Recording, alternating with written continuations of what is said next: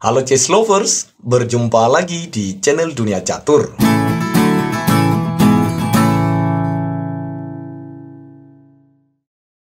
Pada video kali ini, kita akan membahas sebuah permainan spektakuler dari seorang pecatur legenda Muslim India. Namanya adalah Mir Sultan Khan. Sebelum kita membahas permainannya, sedikit saya jelaskan tentang background profil dari pecatur legendaris yang satu ini. Khan dilahirkan di Kushat, termasuk wilayah negara British India, atau yang kita kenal sekarang ini dengan sebutan Pakistan. Ayahnya adalah seorang tuan tanah Muslim dan seorang pengkhotbah di British India. Menurut sejarah, sejak dari usia anak-anak 9 tahun, Khan sudah belajar bermain catur India. Catur India versi ini memiliki aturan berbeda dengan langkah pion, rokade, dan stalemate catur pada umumnya. Nah, ternyata Khan memiliki bakat yang luar biasa dalam permainan catur tersebut hingga kemudian dilirik oleh Kolonel Sir Umar Khan yang adalah seorang prajurit Rajput dari kerajaan India dan salah satu pemilik tanah terbesar di Punjab pada masa itu. Sultan Khan tinggal di rumah Sir Umar pada tahun 1926. Di sanalah ia mempelajari aturan catur barat dan bermain melawan beberapa pemain India terkuat pada masa itu.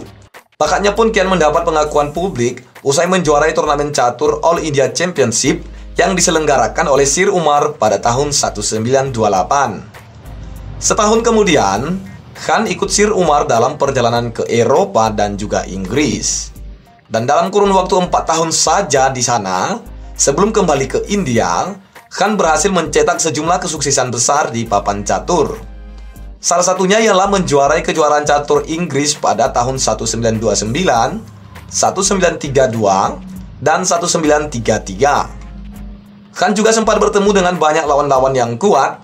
Tercatat ia pernah mengalahkan nama-nama besar termasuk Jose Raul Capablanca yang merupakan pemain catur terbaik dunia di masa itu dan yang menyandang gelar juara dunia di tahun 1921 sampai 1927. Namun sayangnya setelah berselang 4 tahun, Sir Umar akhirnya membawa Sultan Khan pulang kampung.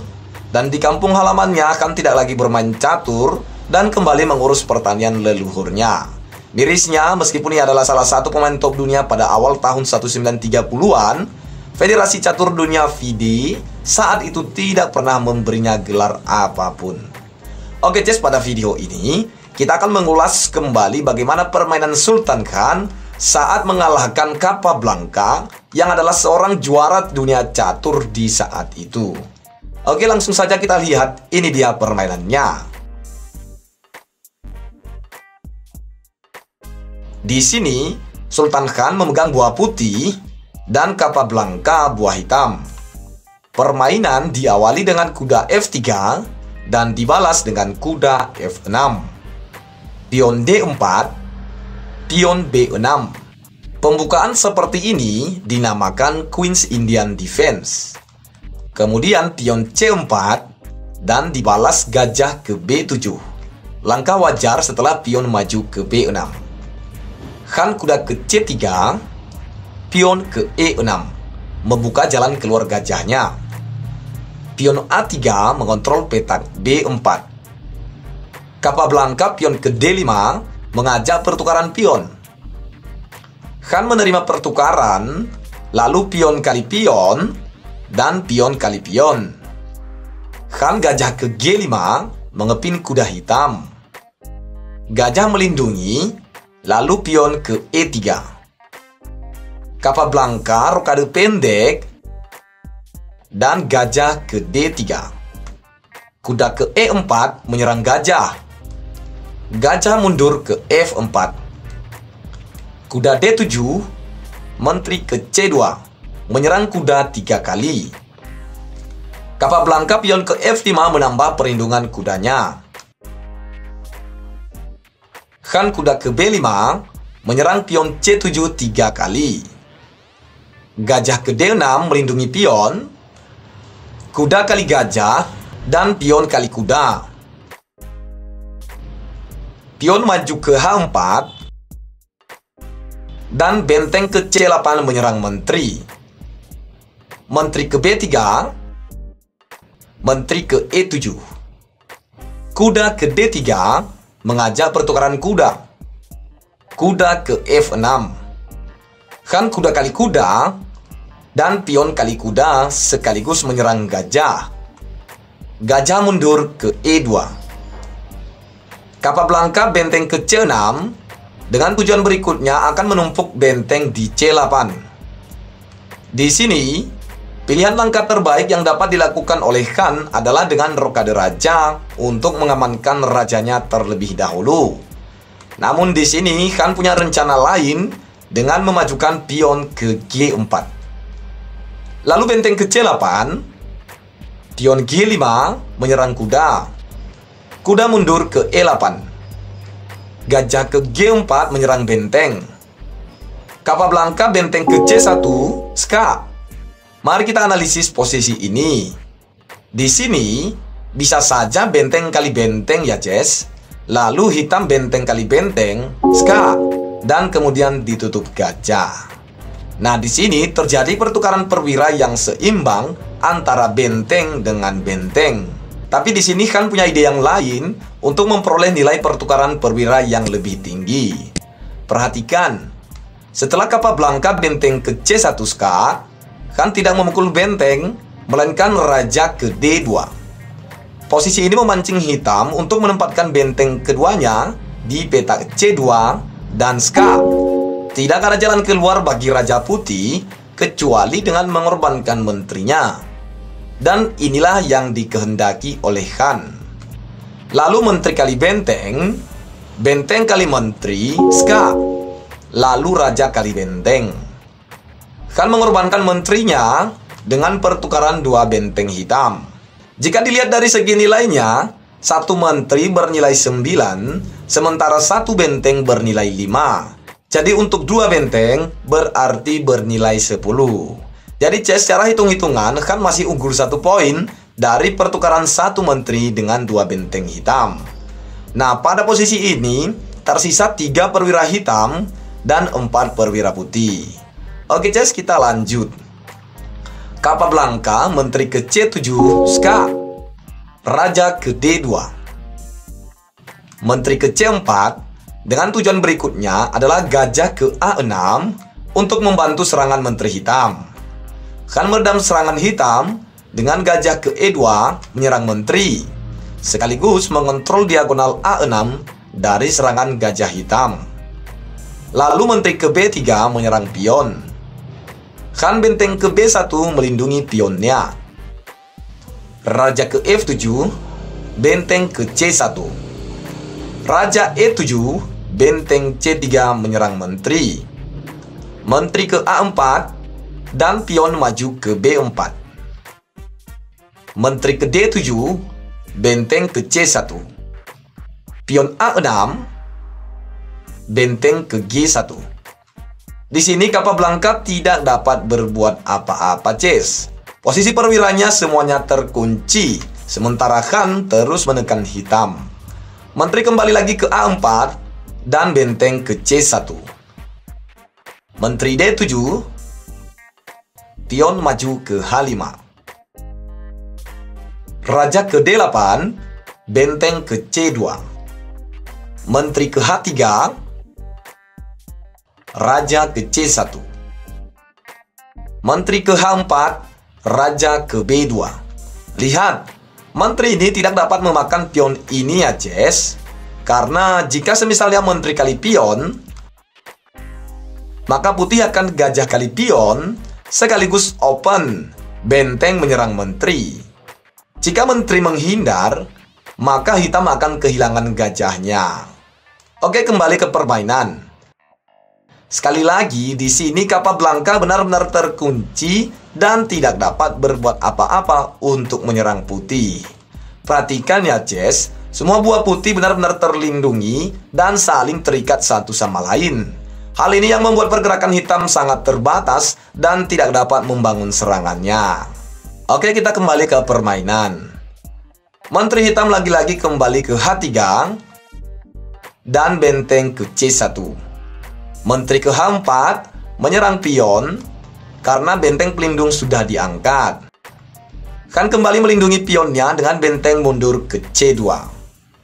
Menteri ke H3, pion ke A4.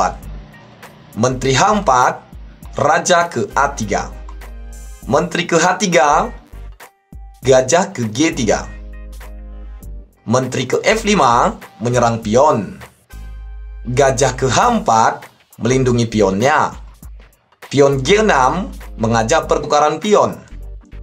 Khan menolak, lalu pion maju ke H6. Menteri ke D7 dan pion maju ke B5. Jika hitam pion kali pion, maka putih akan gajah kali pion menyerang menteri. Jadi, Capablanca menolak pertukaran pion dan memilih maju ke petak A5. Gajah G3, menteri ke F5, kembali menyerang pion. Gajah ke F4 melindungi pionnya. Menteri ke H3, raja ke B2. Menteri ke G2, raja ke B1. Mari kita analisis posisi ini, Jess. Lihat, pion ini kelihatannya gratis. Jika di sini hitam mencoba menteri pukul pion, maka gajah akan ke H5, lalu open, benteng menyerang menteri hitam. Langkah aman satu-satunya adalah menteri ke H4. Kemudian gajah kali pion, dan pion kali gajah. Benteng ke H2 menyerang menteri, dan menteri hanya aman ke peta G4. Lalu pion maju ke H7, dan di sini promosi menteri pun sudah tak dapat dihindarkan lagi. Misalkan menteri ke D7, maka putih promosi menteri dan jelas putih pasti akan memenangkan permainan. Nah, kita kembali ke permainan aslinya, Chess. Jadi di sini Capablanca tidak memukul pion yang tak terlindungi ini ya, melainkan menteri balik lagi ke H3. Kemudian Khan raja ke A1, menteri ke G2, raja B2. Nah, beberapa langkah terakhir ini terjadi pengulangan langkah yang tidak berarti pada Raja Putih. Menurut analisis saya, bisa jadi di sini Khan sedang memikirkan strategi yang lebih tepat untuk langkah selanjutnya yang tepat untuk dilangkahkan. Nah, berhubung karena Capablanca bermain cepat dengan membolak-balik menterinya, jadi Khan hanya memutar-mutar posisi rajanya saja sembari memikirkan langkah berikutnya. Lalu Capablanca kembali menteri ke H3, kemudian Khan benteng ke G1. Di sini Capablanca mencoba memasang jebakan dengan gajah mundur ke C8. Khan memanfaatkan momen ini dengan benteng ke C6 menyerang pion. Lalu Capablanca menteri ke H4 menyerang pion.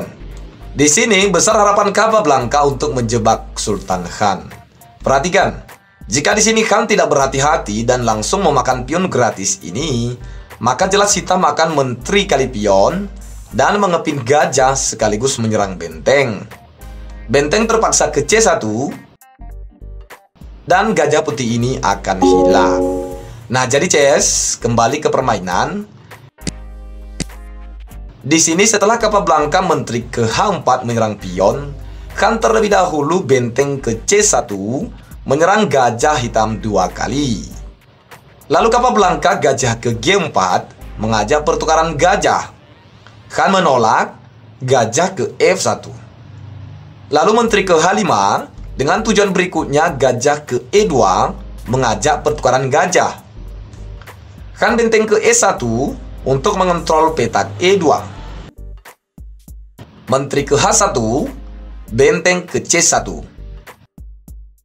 Menteri kembali ke H5, raja ke C3.